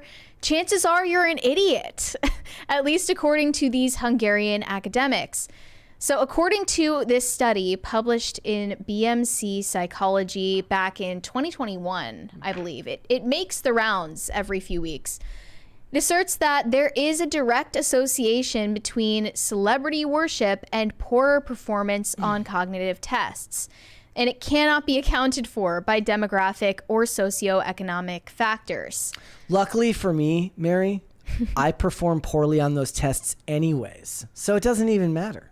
It has been about 2 decades since a study first showed that those who scored high on a measure of attraction to their favorite celebrity also scored low on cognitive skills. Several studies demonstrated that cognitive performance decreases with high levels of celebrity worship. So shocking. Shocked, I say. Celebrity worship as an excessive behavior was also associated with several behavioral addictions. This includes problematic internet and social media use, compulsive buying, and gambling addiction. These problematic behaviors are known to have negative effects on performance, social relationships, and cognitive functioning. So, as I said before, what they don't know yet is celebrity worship making people stupid, or are stupid people just way more likely to worship celebrities? Well, right now, we put that as a poll up, and 72% of it, of our audience say no, stupid people worship celebrities. Interesting. Okay. I felt like a twinge of desire at the start of this segment to make some type of disclaimer, like, it's different for us because we do this for work. Because I do still to this day look at people who have stan accounts or people who have obsessive need to follow specific celebrities and wonder how that's fulfilling. Yeah. Right? Like, when we do it for work, it's interesting because I'm like, oh, this would be interesting to facilitate a discussion. But a lot of the time, I don't find anything inherently interesting about the person, more about the discussion that can be had about the topic at hand. We discussed Chappell Roan, and that was actually a rare example where I do find a consistent example of comments they've made as mildly interesting, but I'm not going to go follow her on social media and like eagerly await all of them. Yeah. But I do wonder what it means for society as a whole. Sure. Sometimes. Yeah, there's a But difference. maybe I'm just coping. There's a difference between following a celebrity to live vicariously through them and consume every little detail about their personal life. Yeah. And in fact, like what we do, which I hope is worth something, looking at those details of their life and their career and trying to see if there's a deeper meaning to it all that we can talk about. Well, also, me and you have inherently different approaches to this a lot of the time. Yes. You're very interested Definitely. in the details of their lives. Definitely. Can't. When we talk about, they mentioned Benifer, when we talk about J-Lo and Ben getting back together for the 3rd time amid their divorce, that's not just interesting because they're famous and they're getting divorced. It's interesting because, as I titled our YouTube short today, we all know a guy like that. Yeah. Like, that's why it's interesting. I find it interesting purely from like a human standpoint, which is something that like you can see the influence of me on the channel, the fact that we talk about things like that, that otherwise probably would not come up. But in this study, they subjected them to take a celebrity attitude scale questionnaire, and it determines their levels of interest in famous people. Participants had to answer yes or no to a series of statements, including one saying, I often feel compelled to learn the personal habits of my favorite celebrity. That's freaking weird. I am obsessed by details of my favorite celebrity's life. And this one is the most shocking. Another yes or no statement read, if I were lucky enough to meet my favorite celebrity and he or she asked me to do something illegal as a favor, I would probably do it. 100%. If some of these Swifties met Taylor Swift and she asked them to embezzle money or kill someone, do you know, they would do it. You know what it is? Do you know now why you see those messages you get that you would get on social media, like the direct messages? Have you ever seen the ones like, hey, it's Zack Snyder. I need $300 to finish making Justice League, the Snyder Cut. Yes. Please send me $300. Now you know why there are people that do that. Mm-hmm. Yeah, exactly. That's why scams like that work. Because a very astute observer of the human experience realized this and started making those things. We talked about a woman who was fully duped by a Stranger Things actor catfish account. I don't even remember. Was it Joseph Quinn? I think they were catfishing some Stranger Things actor. Yep. And this chick sent thousands of dollars to whoever was behind this account before like coming to terms with the fact that she was being, stolen from. Do you think some of this has to do with the prevalence of social media and how there's a voyeuristic element to all of this now? You're an outsider looking in, and sometimes it feels like you're being privy to information that you would never have been privy to before because people do share so many details of their lives, and it's not as interesting to just look up Bob from random town number 5 on Facebook. It's more interesting to look up your favorite celebrity and then go look at what their daily life is like. There's a reason why those videos like Day in the Life are so effective. Because people feel like they have a voyeuristic look on the inside of what this person's actually like. Fun fact, a Day in the Life video is almost never accurate.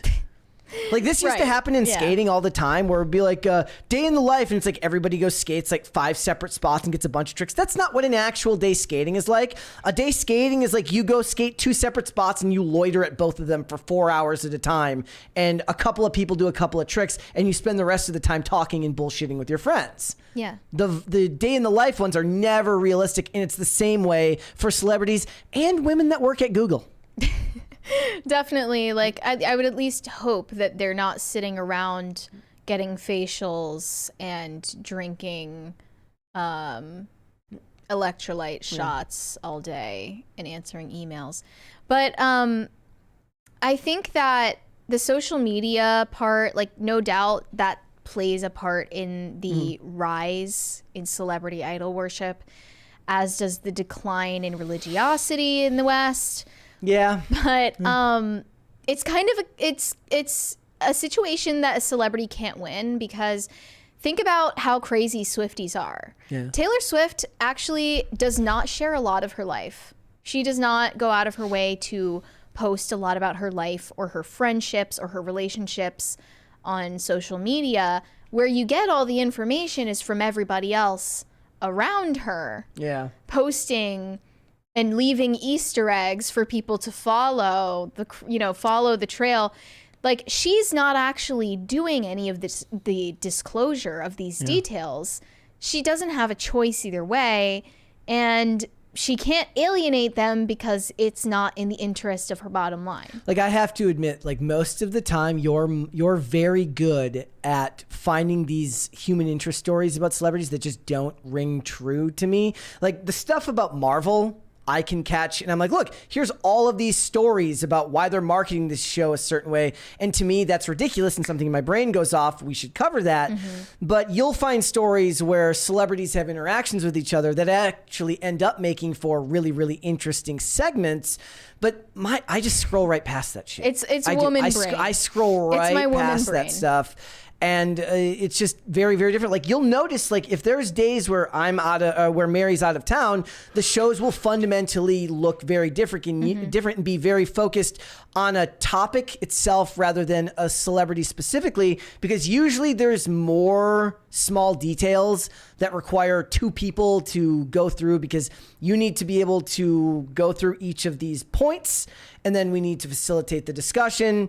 Everything has to happen, whether there's a guest or not. Usually, and we make it look so easy. But it's not that it's that it's inherently super difficult, but it's that it wouldn't flow right if I was trying to remember all of these details. Like, there are days where you've been gone where I've just moved stuff off topic because I'm like, there's too much specific details. This is too topic heavy on a person, and it needs to be about a discussion that everyone can feel is accessible to talk about. Well, I at least would, like to flatter myself in thinking I don't worship these celebrities, and that I take a little bit more of a cerebral approach to analyzing their lives and their work than some of these people that we're about to show you. Well, I mean, I found a couple of videos of Swifties who, I'm sorry, they need to be locked up. They need to be locked up against their will, involuntary committed immediately. This girl, I didn't even know a sound like this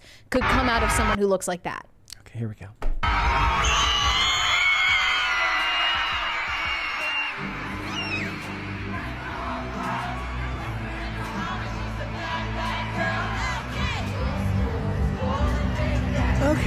Okay.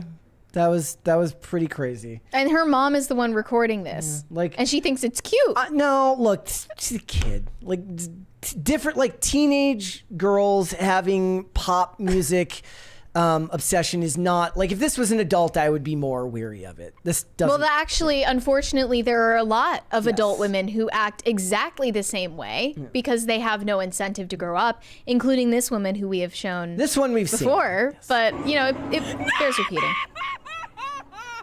Sitting outside the Swift concert.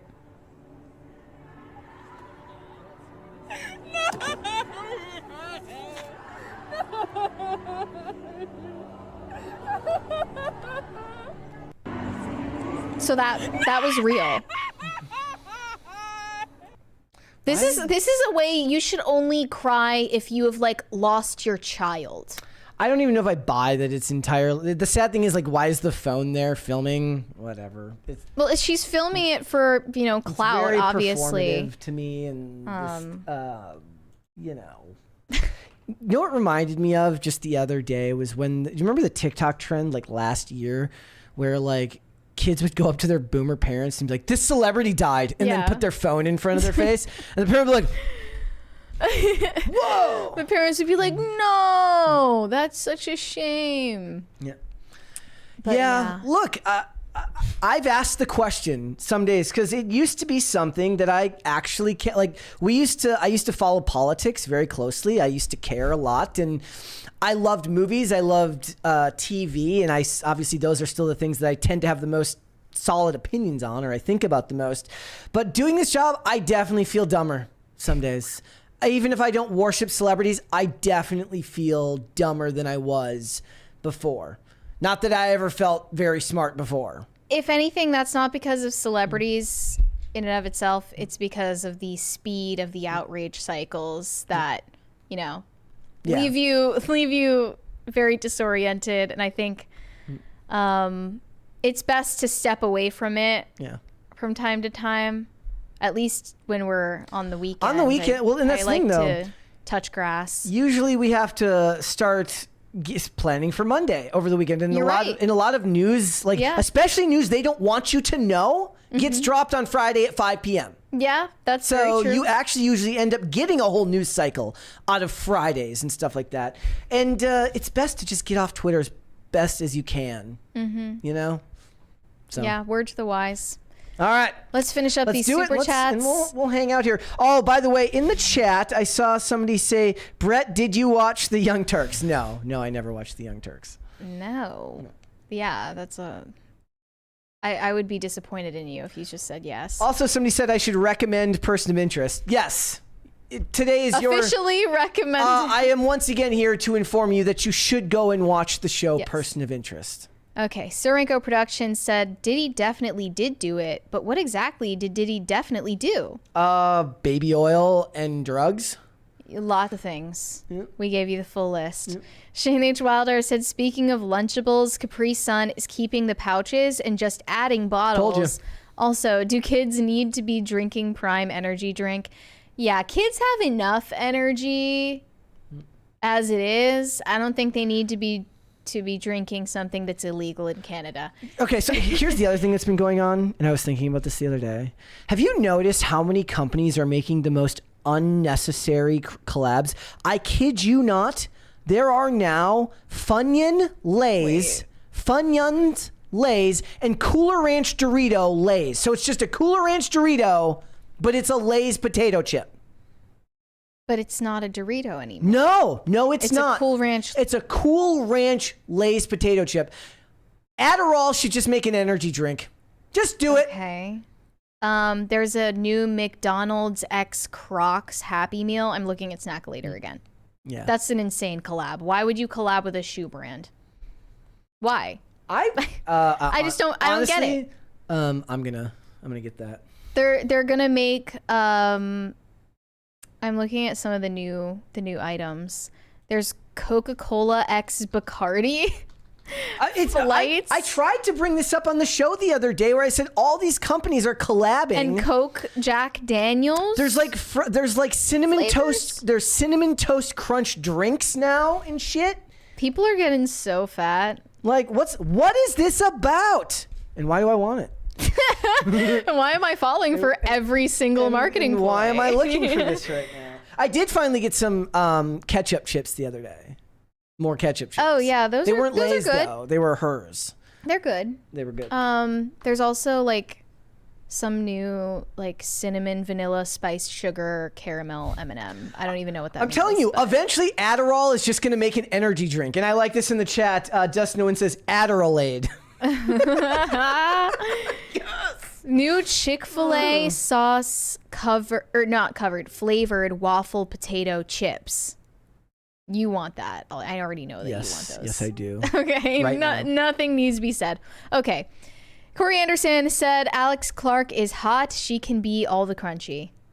Yeah, no hate on her and her crunchiness. It's just not our vibe. What we love about her is that me and Mary are not crunchies, so she's a whole different vibe. Her passion is truly admirable. It is. It's inspiring.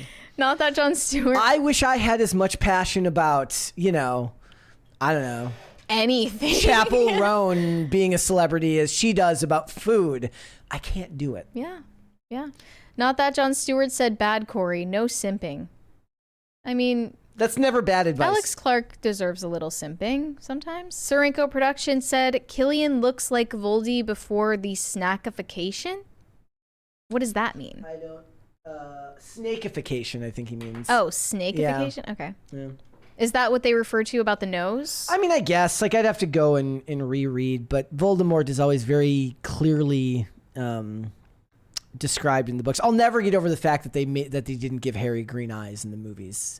Like, the fact that you were that... like, who's that lazy? Yeah, but, you know, you wouldn't have wanted anyone other than Daniel Radcliffe to play him. Then you do it in post.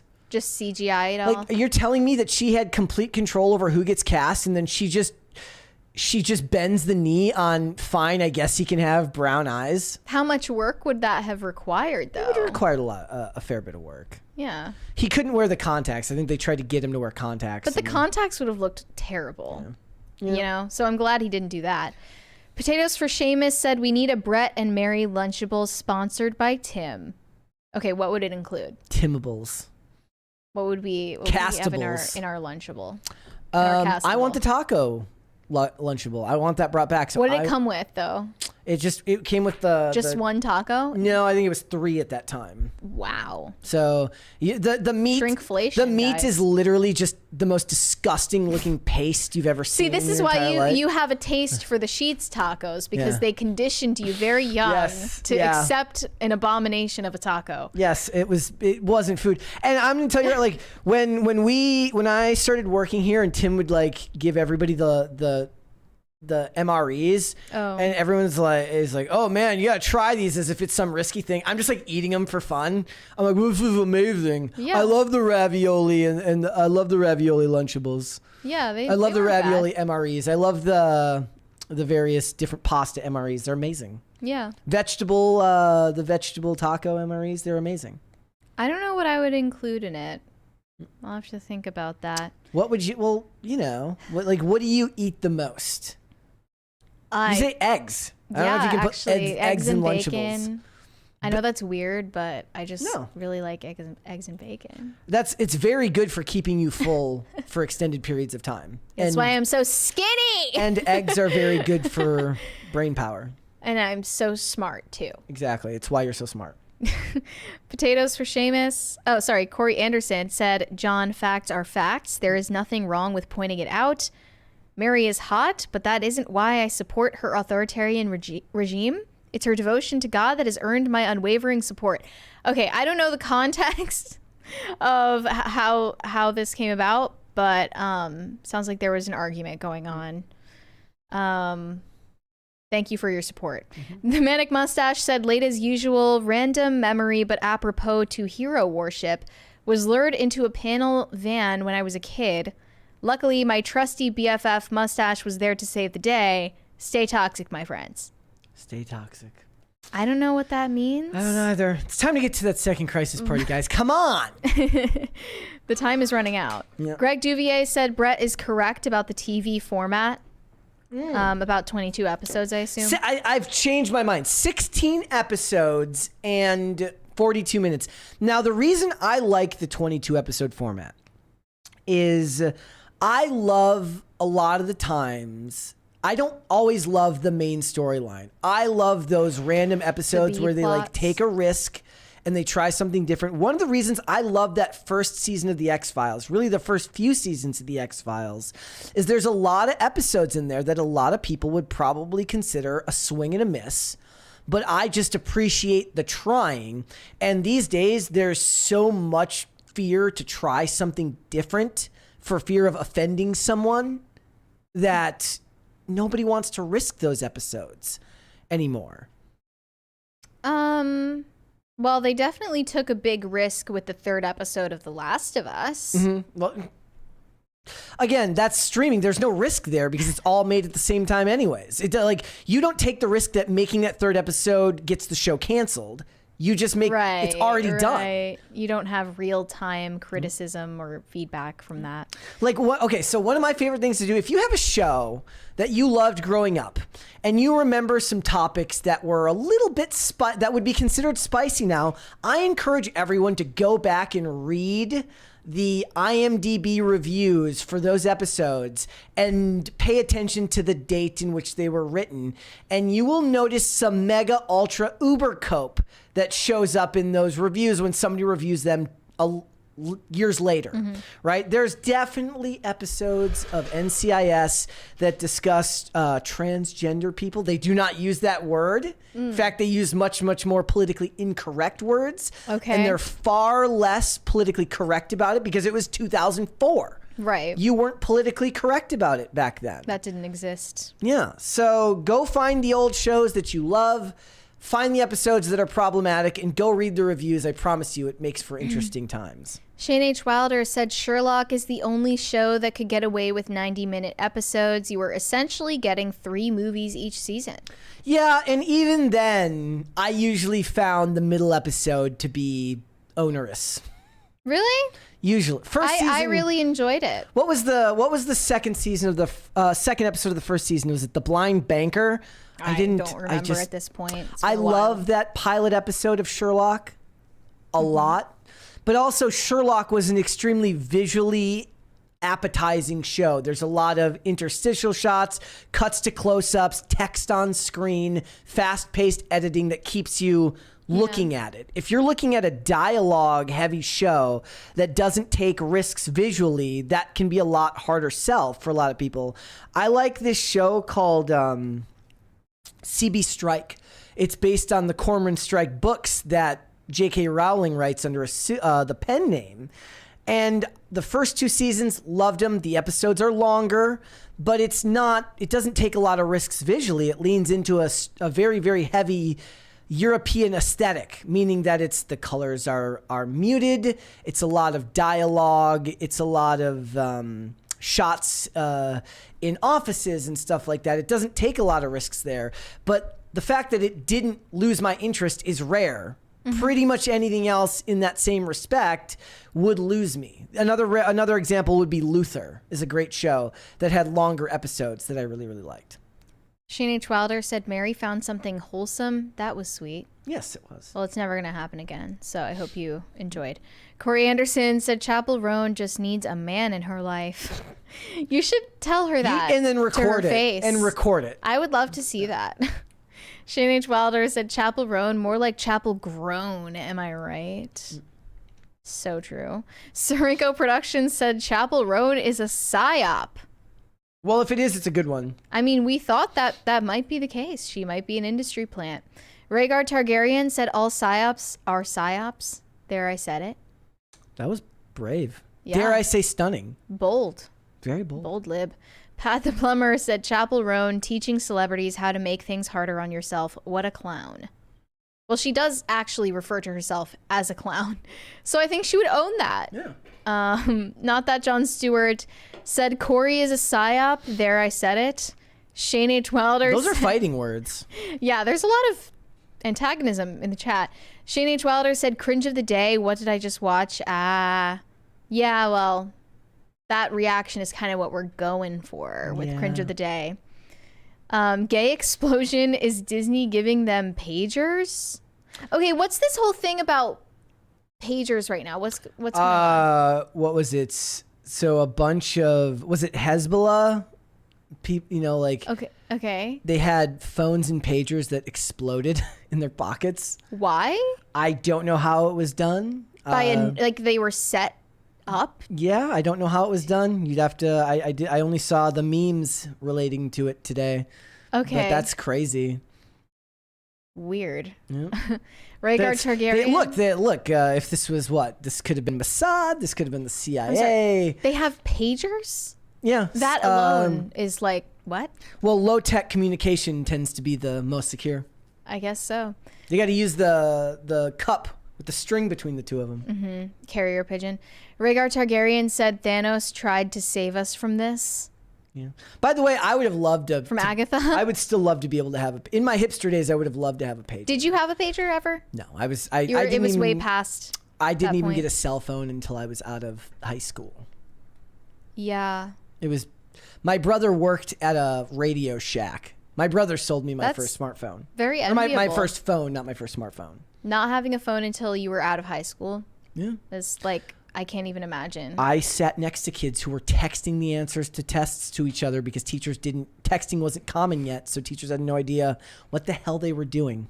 But you were an honest student. No, I was just poor. Oh, okay. I was just poor. I didn't. I It's grew not up for in lack of trying. I grew up in an area where like Woodbury, Minnesota had like the old development, which was like the first area of the city that was settled or whatever, and then it expanded farther out as the company 3M was located right by there in like the next town over. So a bunch of the people that got jobs at 3M moved into a suburb that was close by. So all the rich people lived over here, and us working class folk lived over here by the local workhouse, the jail. On the wrong side of the On the wrong side of the tracks. Where did that even...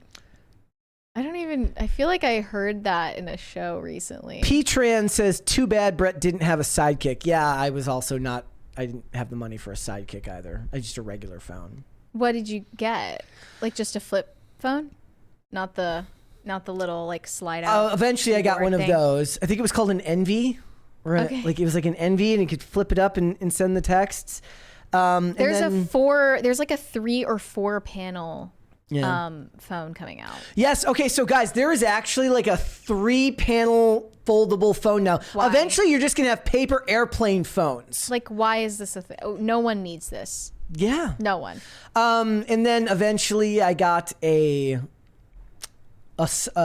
BlackBerry, like right before I got like an iPhone 3G. Yeah, my first phone was like some kind of like knockoff BlackBerry, but it was like past its time. Yeah. Because, didn't need a smartphone. See, I liked it because I thought I was like a character from a television show that used them. All the politicians It's cool. used Blackberries. It's a vibe. D-Man said, hey, Brett, thanks for my one and only like on my X post for Cute of the Day. If it can stay that number, I will consider it a good X career. All right. You're welcome. Potatoes and for you're welcome. Seamus said, ending of sausage is a big, gay, happy ending. I don't know what that means. I don't either. Shane H. Wilder said, so would you say do a dum diddy do? Do a diddy diddy dum diddy do. I have no idea where that's from. It's a song. Okay. I'm sorry, I'll get my coat and see myself out. Honestly, though, WTF Diddy, you sick F. Yeah, he's a sick man. He is.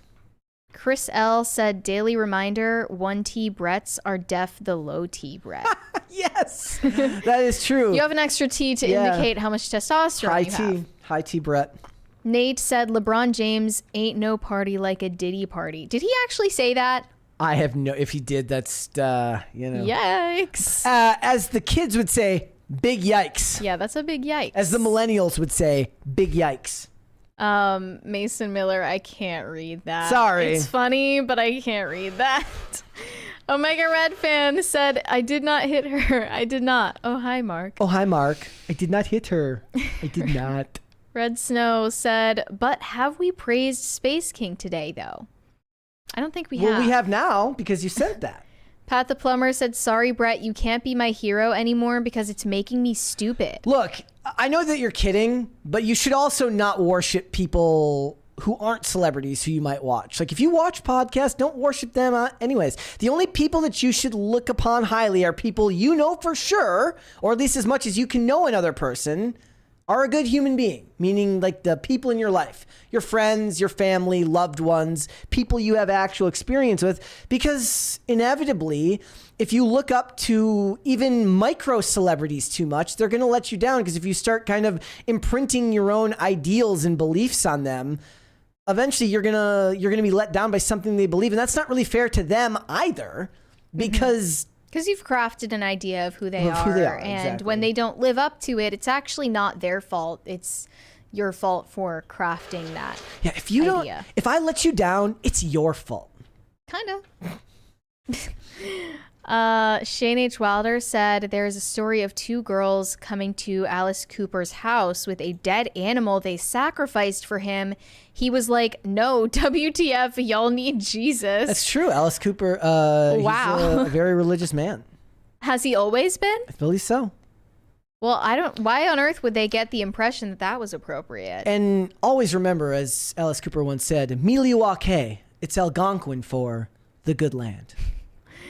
That was a good scene. Thank you. Red Snow said, not much to add, just, praise be to Space King. Thank you for adding that. KLS Rogue said, I am not a religious person, but I'm starting to think Mary is right. People need religion. They've started worshiping people, and it's a huge issue. Isn't this... Correct me if I'm wrong, because we've had this discussion before. You kind of hate the narrative of like non-religious people talking about how they understand the function of religion, even if they're not religious. The narrative. I'm like, exclude me from this narrative. It is a narrative. It's a talking point because it is true. And it may sound cheesy and overly spoken, but it is one of those things that I, as an agnostic, understand that there is a great utilitarian purpose to religion, but I just unfortunately haven't felt that calling. And I understand that's a tiresome talking point, I'm sure, for a lot of people who does believe. Yeah, so I saw Zuby tweet something recently saying most smart atheists I know have been approaching this conclusion over the past few years. Christianity is the West's immune system. As a believer, it's far more than that, but as a socio-cultural observer, it's obvious a great house can't stand if you destroy its foundations. And then there were a lot of atheists and agnostics and non-Christians saying that they agreed with that take, despite the fact that they don't believe in the historicity of the claims of Christ's, death and resurrection. And every time you say historicity, divinity. Glasses form on your face and you get 10 times smarter. I'm the nerd emoji. Hey guys. But that's frustrating for me because, what would be the point of all of it if it's false? If Christianity is false, to hell with it. I think of that quote from Flannery O'Connor about the Eucharist. If the Eucharist is just a symbol and it's not Jesus, to hell with it, right? That's how I feel about it as someone who believes in religion. But I'm sure that conversation is starting to become more prevalent for good reasons. Do you think that's in a little bit of a way because people who are looking at it from that perspective, meaning the agnostic or the atheistic perspective, see it as something to do with culture and society, whereas in religion it may be about your relationship with God, so it's more personal? Yes, it has to be personal or else the whole thing falls apart. And the reason why there's been a mass apostasy is, there are a lot of reasons, but a huge part of it that people are neglecting is, you need to have a personal relationship with Jesus Christ. That is Christianity. And if you let go of that just for the aesthetic of it all, or just the rules, the set of rules that is associated with it, it doesn't mean anything. Yeah. So that's kind of, you can't raise a kid with a set of rules and an aesthetic. It needs to be deeper than that. It's weird because it's one of those things where everything that we've talked about, I agree with what he's saying, but when I see people argue politics online and religion gets brought into it, I immediately wonder how it's going to work on the person that they're trying to convince of their argument. Because for a lot of people, if they're not religious, it's immediately inaccessible to them. So they lose the argument before it starts. If the point of the argument is to convince somebody that you're right and not just to own them or gotcha, it's immediately inaccessible to them. And even somebody like me who is around people of strong religious faith and has a great respect for those who believe and stay true to themselves, I just feel like it ends up being a waste of text on screen. And I'm not saying that's a good thing for me to believe that way, but it just always feels like so much of it gets lost there. At least in the context of people using it in these types of online discourse. Yeah, I mean, a lot of online discourse, honestly, is worthless. But fair point. We could have just stopped there. Yeah. Surinko Productions said, well, J.K. Rowling was fine with Hermione being black for the stage play, so I doubt she cared all that much about the blue eyes. LOL. Never that important to her? I think she cared. I think that... no, I think she cared. Red Snow said it isn't food. Also, I love this about the Lunchable, the taco I love Lunchable. I love it. It isn't food. Look, the less food it is, the more I want to eat it. Red Dragon said, what's the sickest angle for a skate vid? Security cam POV. Mary, have you ever read the Warrior Cats books? All the audiobooks available on YouTube. No, I have not. What about Battle Pandas? Neither. Haven't gotten an update. Yeah, no. Okay, so this is actually something that I've attempted to do several times. I have attempted to get the security camera angle of a trick that I've done. Never have been able to do so. Like, I want to get the shot from above that's just the camera that's on the building. Yeah. But by doing that, I'm going there and basically admitting that you've committed an act of vandalism. It's one of the funniest things about skating is, like, there's infinite videos of people that skate arguing with the security guard or the cop. And I'm like, you do know that technically you're wrong, right? What I'm doing is inherently illegal. Just by virtue of being here. So I never, like, now there's a difference. Like, if you've been trying the same trick for an hour and somebody just shows up to kick you out, you can't help it. You're pissed. You're going to yell at them or you're going to be pissed. But if I've been trying a trick for 5 minutes, I'm not going to screw you, man. Have you yelled at a cop for that? Yeah. But it's like, it doesn't make any sense. No, out of anger, like after being at it for a long period of time. But if it's like, if I've been trying a trick for 5 to 10 minutes and a guy comes and kicks it, like, yep, nope, gotta go, later, fine, bye. I get it, right? Yeah. The key is to skate in areas where cops have better things to do. So, like, really dangerous areas. Yeah. Like, very rarely, if ever, got kicked out of anywhere in North Minneapolis. Fair enough.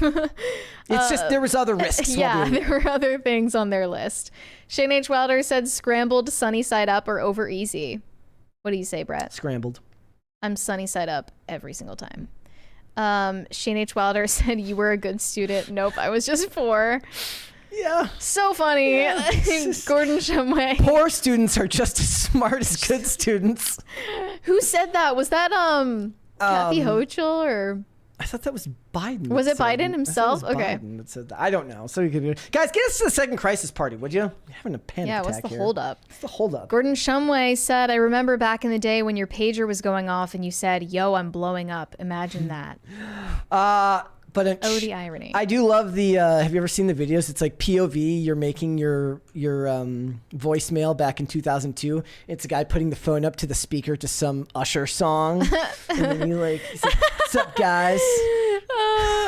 Maybe that only shows up on my timeline because I'm a millennial. Yeah, I have never seen that. It's like some 50 Cent. It's like In the Club is playing and he's holding his phone up to the speaker. As if he was like at a party. Yeah, and then he pulls back and he's like, what's up, man? Hey, You've reached so-and-so's phone. My brother had that exact, not that song, hey, yo, but it's Skinny Pete. Yep. Oh, that's funny. Yep. Potatoes for Seamus said, we need a counter for how many times Mary moves her hair and Brett moves his glasses. Also, Mary, don't hate me. I'm just stupid for worshiping Brett. No, I don't hate you. I don't think there is no hate here. Hate has no place here. Yeah. And I move my hair a lot, don't I? It happens. I need to. Taxi Platty said, Mary, back in 2001, a text cost 25 cents to send. Oh, yeah. What? Text call. Like, so back in the day, I actually lived, I lived through the period of time where when you got a cell phone, right? Like when iPhone 3 was out and iPhone 4 was out, you could get an iPhone and you paid for your minutes and your texts, but had unlimited data. And I was there at the time when it became, you get unlimited texts and phone and time on the phone, but you pay for your data. Like there was a few years there after iPhones became really popular where there was no unlimited plans. Mm-hmm. That was crazy. Imagine doing that now. Who the hell gets a data plan that isn't unlimited now? Yeah, I mean, I don't remember any of that. Yeah. But for a long time, I had an iPod Touch, which doesn't have a cell phone plan. I was watching an episode of The OC last night, and there's this scene where Seth is using his iPod, and the thing is big enough to just brick a dude in the head. It's like this big.